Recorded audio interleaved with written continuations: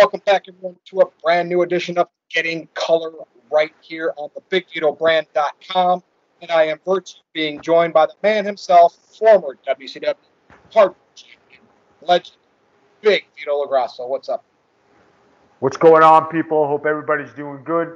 I hope everybody's staying safe. The BIGV from the LOG, Getting Color live, baby, live. We're here Sunday night taping, during the festivities for the weekend. So, Virtue, why don't you start us off? We got some pretty important news happening, so why don't you take it away? I got like 5 or 6 topics here, so let's kick it off with this. Now, during this COVID outbreak at the WWE Performance Center, they were told not to say who has it, right? I know we knew of a few people, but we don't. I'm sure there are people that have it that have not said in fear of their job being fined, whatever. But let's do some math here. Not Scott Steiner math, but very simplistic mathematics. All right, let's do it. Lana's mother, right, COVID-19, in the ICU or in the hospital. Today, breaking news, Miro, Rusev, COVID-19, positive test. Does the math tells me Lana is one of the ones that had it at WWE. And I don't know if I've seen her on Raw. I can't even remember if she's been on TV. I don't think she has. What is your take on this developing COVID-19 outbreak? I think it is so sad that these people have to work through this epidemic and COVID-19. And, they're bringing it home to their families. Obviously, they got it from somewhere. And Lana has been, if I'm not mistaken, Lana and Bobby Lashley have broken off, or they got divorced, if I'm not mistaken. So she's been off TV. Yes. They did the angle because Lashley's with MVP now.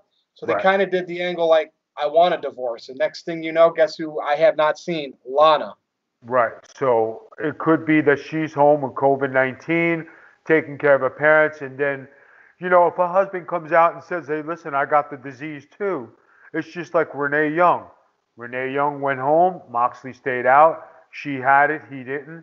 They're getting it from the WWE. Where else are they getting it from? And that's where it stems from. The people are being forced to work during an epidemic when wrestling is non-essential. And these people, now, God forbid, people, this is real life talking. God forbid Lana's parents die from this. Who gets the blame? And that's a really down-to-earth, good question. Who gets the blame here? Is it Lana for being afraid to lose her job? Is it the WWE for forcing her to work? I mean, because you think about it, if she doesn't have COVID-19, parents are not in ICU, they're fine. But because of this epidemic, she's got to work through this stuff. She gets it. She brings it home. Mom's in the hospital. Husband gets it. Where's the husband getting it from? Now, if she's one of the ones in WWE that had it and they didn't want anyone to say anything, and the fact that she said her mom has it, and then all of a sudden Rusev announces he has it, does she get reprimanded in a way? Because you know how WWE is. Yeah, but how could she get reprimanded for something her husband said? Well, no, that's true. But, I mean, could they basically say, oh, wow, you could have not said any of your family members had it? And maybe they can't fine her because she didn't come out and say, I have it. But you know how the dirty ways they get back at you. I'm just saying. It's a horrible, ugly business, and it sucks. Yeah. Guys, I've been saying this. I've been fighting for it. We need a union. We need health benefits. We need to take care of us. This is bullshit. Yeah. And we got a lot of other topics to talk about. So let's not stick on this COVID-19 stuff. Let's just kind of take a break from that. Talking about tired and stressed, not officially confirmed, but through the grapevine, through some of his podcast buddies, and the internet, the dirt sheets, Bruce Pritchard, tired and stressed, or at least he seems that way to some people in his inner circle. And he is now the main creative guy for Raw and SmackDown, working behind Vince McMahon, a 74-year-old Vince McMahon. Yeah, that has to be stressful. Let's be honest. He's the next fall guy, not going to last. So what do you take on all of this? And you've talked with Vince Russo. He has no interest in ever going back because of the working conditions, stuff like this. And if this ends up leading to be true, what do you think? Pritchard's next out the door? Pritchard is next. He already put the handwriting on the wall. And when you talk about somebody on your internet and talk about how bad somebody's booking is, just like Bischoff did, just like others did, Cornette, everybody, it only comes back around. And what does it prove? It proves Vince Russo right. If these guys are getting fired, they can't handle it. They can't handle the stuff with Vince McMahon. There's one guy who hasn't gotten fired yet, and that's Vince Russo. So, I mean, let's do hindsight. Bruce Pritchard, as Goldberg would say, you're next. Yep. And as Vince would say, you're fired. Bischoff had it. Heyman had it. I mean, from the creative roles. Right. And now Pritchard's stressed out, so is he almost planting the seed like he knows he's next? I mean, look at the SmackDown rating. 1.77 million last week. Wasn't Raw 1.6 this week? They're getting closer to 1.5. I thought 2 million would be the lowest we'd ever get. Now, yes, we're in a pandemic. Nobody at the arena. But, Vito, we're getting down close to that 1.5, which is coincidentally what AEW and NXT's ratings add up to be every week, which tells us that's got to be your core wrestling fan base that will never go away. But I don't know. We'll have to see. I don't think the WWE is sinking fast, and it's a sinking ship. But, hey, to each his own. And you know what's sad? I was talking to somebody today, and, a lot of people don't watch wrestling because the wrestlers don't look like wrestlers. They're not men. They're young kids wrestling. And I know the wrestling business has changed, but when I look at it, there isn't – you look at NXT, it's a bunch of kids. You look on TV, and it's a bunch of young guys. There's nobody who's got that, I'm savage. That like the 80s, early 90s. You got nothing.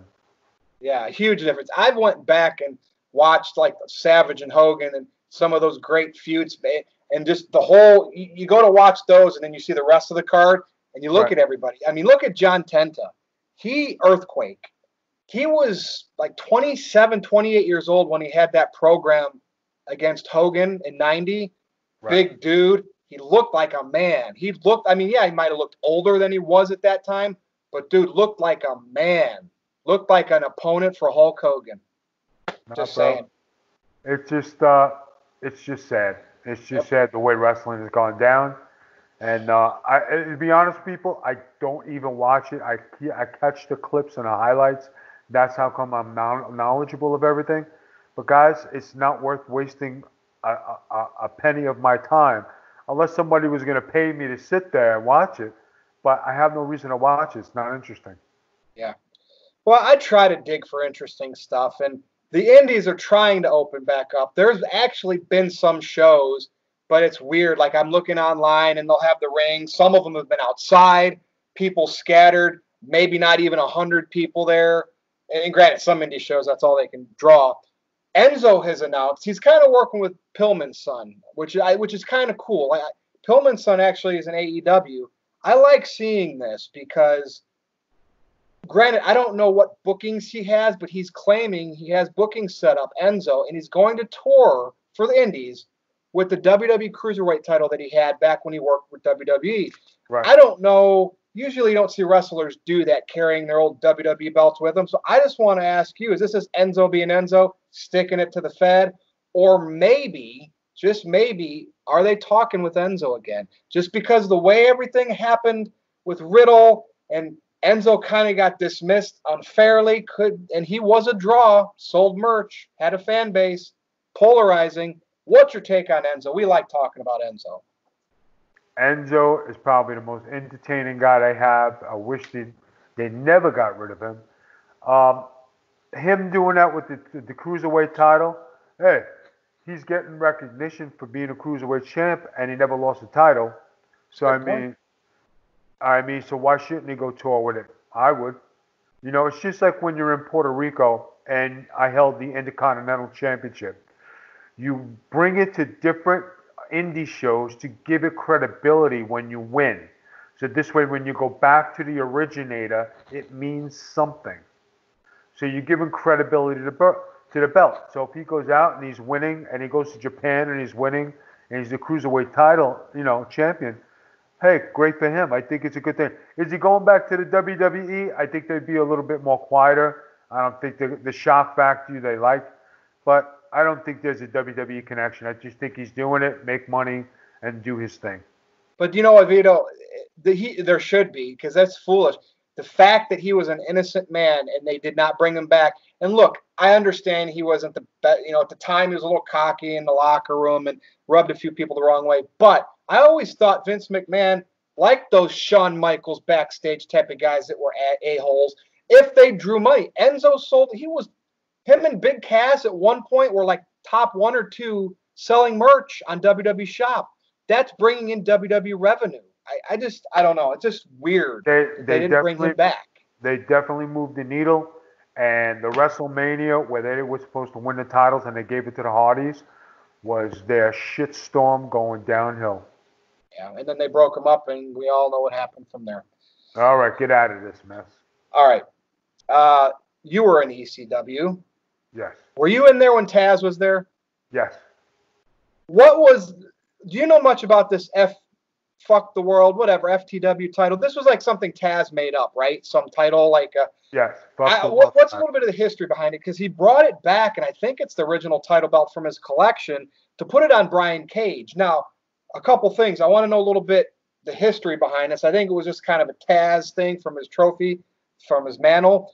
But putting it on Brian Cage, to me, before this Moxley match for the AEW title, kind of makes me think Brian Cage is going to job to Moxley. What do you think of this whole thing? All right. Now, I read online that he was supposed to wrestle Brian Pillman Jr. Did that match happen yet? Pillman Jr. supposedly did have a match on AEW Dark, which is a YouTube show. I think this past Tuesday night. I don't watch it. I don't know what happened. So maybe it happened there. I believe that he wrestled. He was supposed to wrestle this kid, and that's what they've been advertising, that he was wrestling, that he was wrestling him. So, I mean, if you're bringing now, is Brian Pillman Jr. signed with the AEW? I don't know if he's officially signed or if he's a pay-by appearance. That is one that I don't know. I have not seen anything that he is. I think that he is still with this other company. What is the other company? MLW?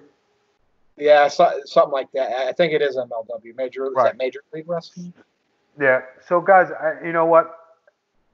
You're coming into a company and you're advertising yourself, and they're putting you in there with the guy they're trying to push before the guy who they're trying to push is supposed to go for a world title match. They wasted the big kid Archer with Cody. Yeah, they wasted him. They wasted some other talent. They're gonna waste this guy. I just unless something happens where Moxley drops the title because Taz is with him, it would be kind of stupid if Taz is out there promoting him. He's got the fuck the world title and he loses. Exactly. But I mean, are they doing that because maybe they'll find a way to keep Brian Cage protected on the loss, and then they won't change titles? But hey, Brian Cage has Taz's belt. I hate when they do that. Like, I don't know. We're gonna have to watch. It's this Wednesday coming up. You can't come into the building and get a title match without having a match. It doesn't work like that. Because you show up and you're jacked and you've got a great body doesn't mean you could wrestle. Now Vito, he was that last pay-per-view they had him. He was a mystery guest in a battle royal or a ladder battle royal or something like that. He won that. That's how he got his title shot. Okay, but even so, you haven't had any matches, and like you're coming in, you're on top. Where do you go from being on top? You go to the bottom. They have no build up for this guy. This guy wasn't a wrecking machine. Wasn't under Taz's tutelage. Didn't do the promos. Didn't do the vignettes. Didn't get the player. They just put him in there and hot shot him. Guys, I think Brian Cage is going to be wasted. I don't think it's going to go nowhere. Everybody's going to look stupid on this. That's my feeling. And that's a great point, Vito. And guess what? This Wednesday night on Dynamite, we're going to find out, because that's when the Moxley and Cage match happens. Right. Taz has been doing a good job, by the way, but I mean, he Yeah, always. Taz has been doing a good job, and he's trying. But if the guy doesn't deserve the belt that Taz has given him, and he's not that ass kicker guy, and he doesn't have that swag when he walks down to the ring, the belt, and it means nothing because the guy's not backing it up. You That's know, a good it could. point. And here's another thing: Bruno Sammartino came to the ring with David Sammartino. And Bruno was the greatest of all time. He's trying to give the rub to his son, but the son doesn't have what it takes to be his dad, no matter how much of a rub you give. Taz was a great champion in ECW, and for the aura of Taz back then to come out and try to promote this kid now, and this kid is not a suplex machine, doesn't have the nasty, doesn't have the Vito LaGrasso, Skull Von Crush swag. He's more of a luchador, Yeah. the way he works. So I mean, guys, I don't see it happen. I think it's a fail. I think it's a fail. Speaking of AEW, I did not have this on the topic list, but it just came back to my head because we talked about it over on No DQ. So Nyla Rose is promoting on bringing in a manager. At least AEW is bringing back the art of the manager per se. I mean, Taz is there. Jake Roberts, they got Tully Blanchard, Arn Anderson. I mean, some of them are just more like advisors, but look at it how you want. She's promoting, I'm going to have a manager. Supposedly, through the rumor, it's going to be someone that worked with WWE before. Now, on the No DQ review, someone told me, who'd be a good manager? And I just want to know your thoughts, because how do you get somebody like this over? She had the title already, but it just seems like their whole women's division is just messed up in AEW. Could Vicky Guerrero help get this Nyla Rose over? Because Vicky Guerrero's been working. She's got that. Vicky is special when it comes to getting the crowd heat. I mean, we got to admit it, right? I don't know where she had to learn it from Eddie. But what do you think with this? I think if it's Vicky Guerrero, she will help AEW. If they put her in a position where she can accelerate and use her character. But the thing is, she gets her reaction from the crowd. There's no crowd. How are you going to view that from just TV ratings? Will people tune in to see Vicky Guerrero? That's the key. So that's the trick, guys. I don't know. I think if it was unless they wait right until they can have crowds back. If there's a full crowd, I say it's a go. It's a great move. Since it's an empty arena, tough call. Yeah, because I mean they can have all their little plants out there going boo and stuff, but we're not dumb. We know. I don't know. All right. So this past Wednesday, the Wednesday Night Wars, Vito, where they add up to 1.5 million people, just ridiculous that it's called a war. NXT aired Adam Cole versus Keith Lee. It was a title match. Keith Lee went over and now has the North American title and the NXT title.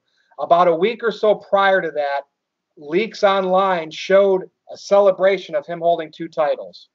Right. Then all of a sudden we get somebody said from WWE or somewhere, oh, we filmed two endings. You don't know which one you're going to get. How stupid is that? But listen, did they do that on purpose to make people think, oh my gosh, Keith Lee's winning.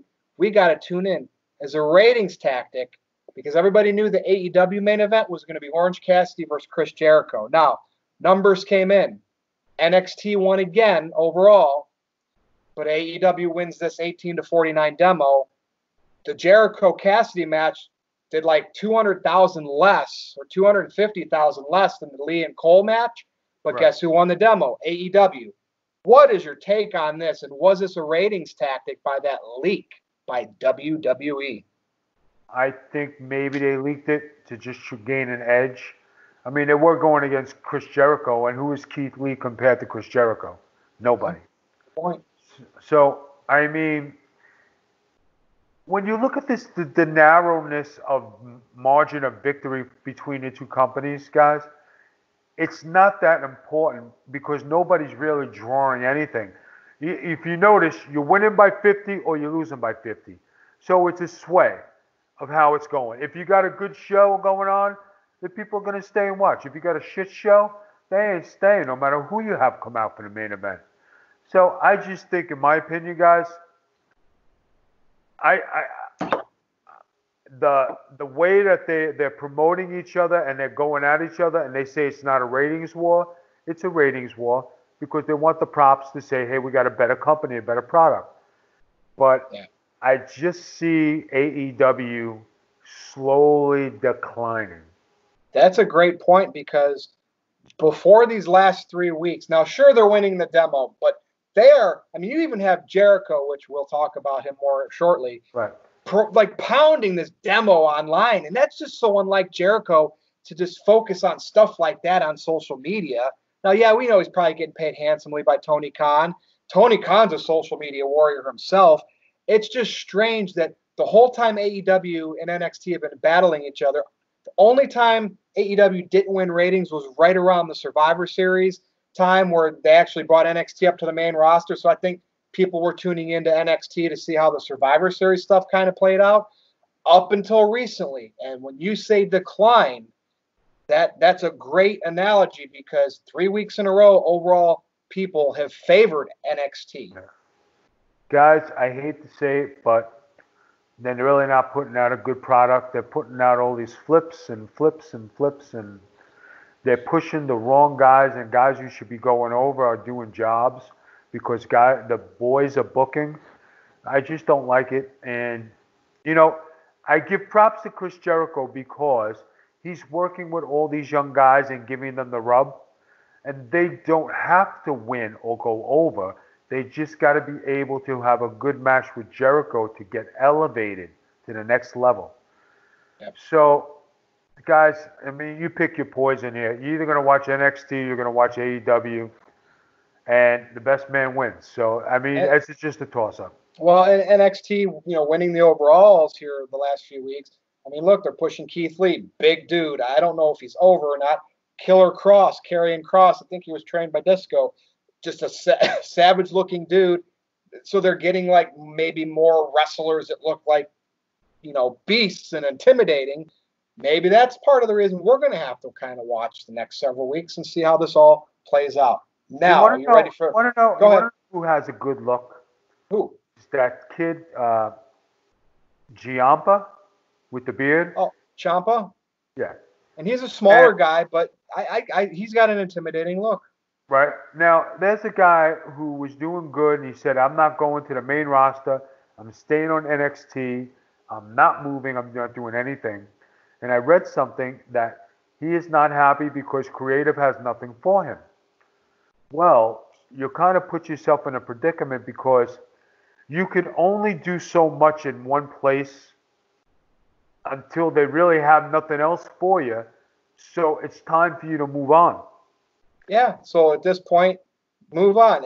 And dude, they're going to get paid. Go on. And if you don't like what they do with you, don't re-sign your contract, and you got other places to work. I mean, I don't know. It's not rocket science. But then you have a guy like Cesaro who was a champion, a great tag team champion with the Bar.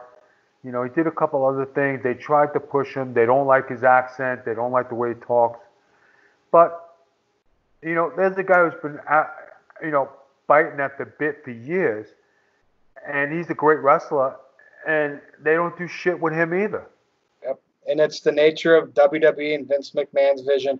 He does, but look, Matt Riddle's getting pushed to the moon. See, it's just very, very weird.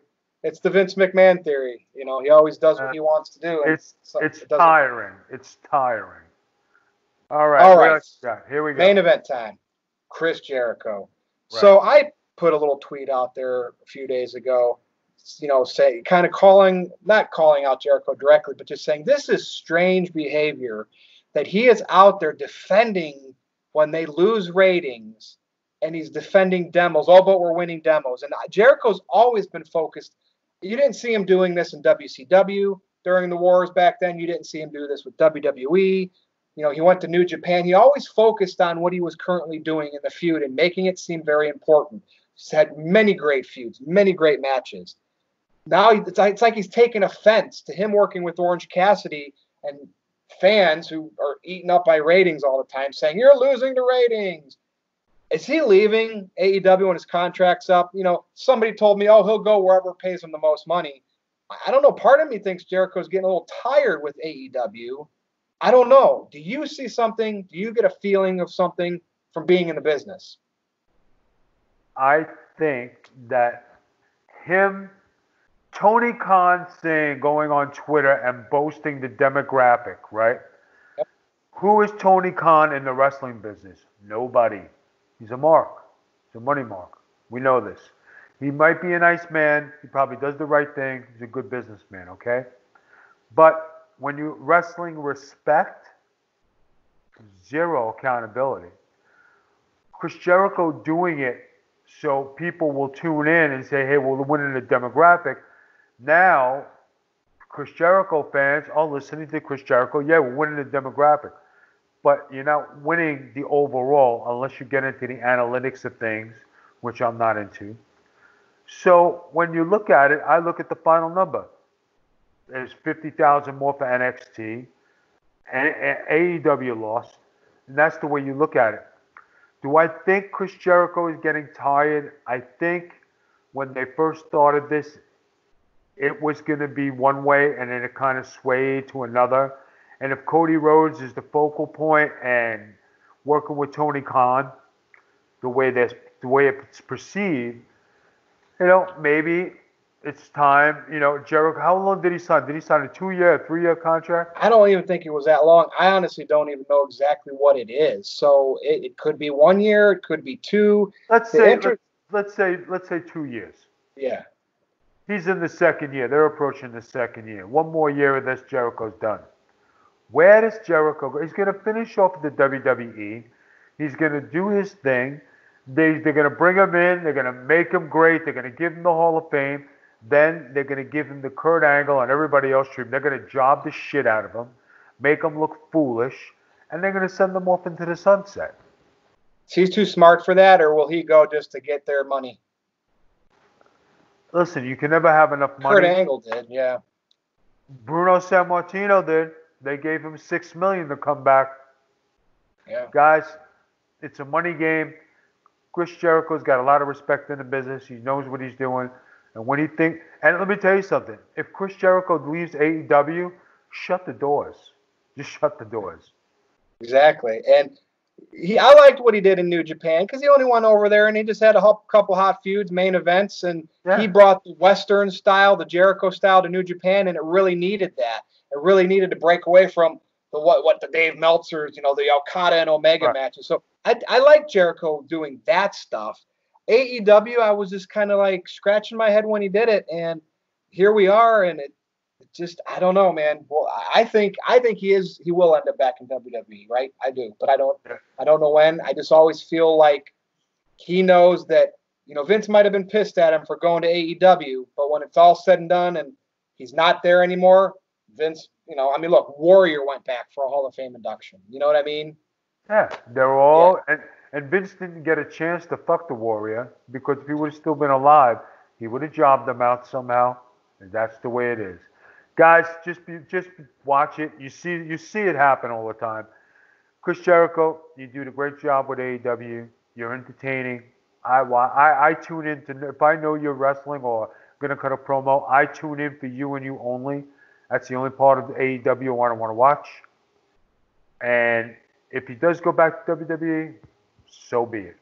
At least there'll be a segment I want to see in WWE again, or a match when he's involved. So anyway, yeah, we're about the 30-minute mark, Vito. We're kind of burning the midnight oil tonight because we're a little bit later. So I'm content with this week's show, and the sooner we end it, the sooner Noel will get it up for the people that want to hear this.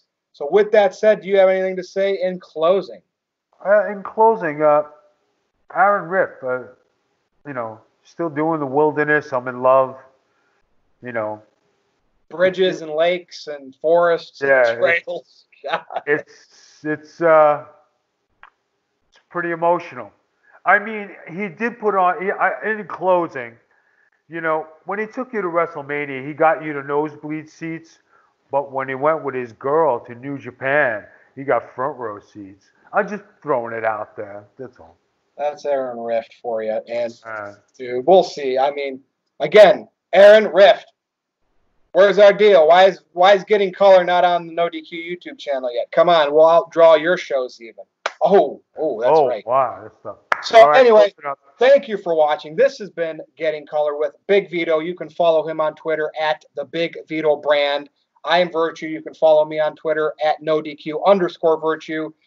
This is thebigvitobrand.com. So thank you for listening or watching, depending on where you're listening or seeing this at. Guess what? We'll be back again next time. Have a great week, everybody.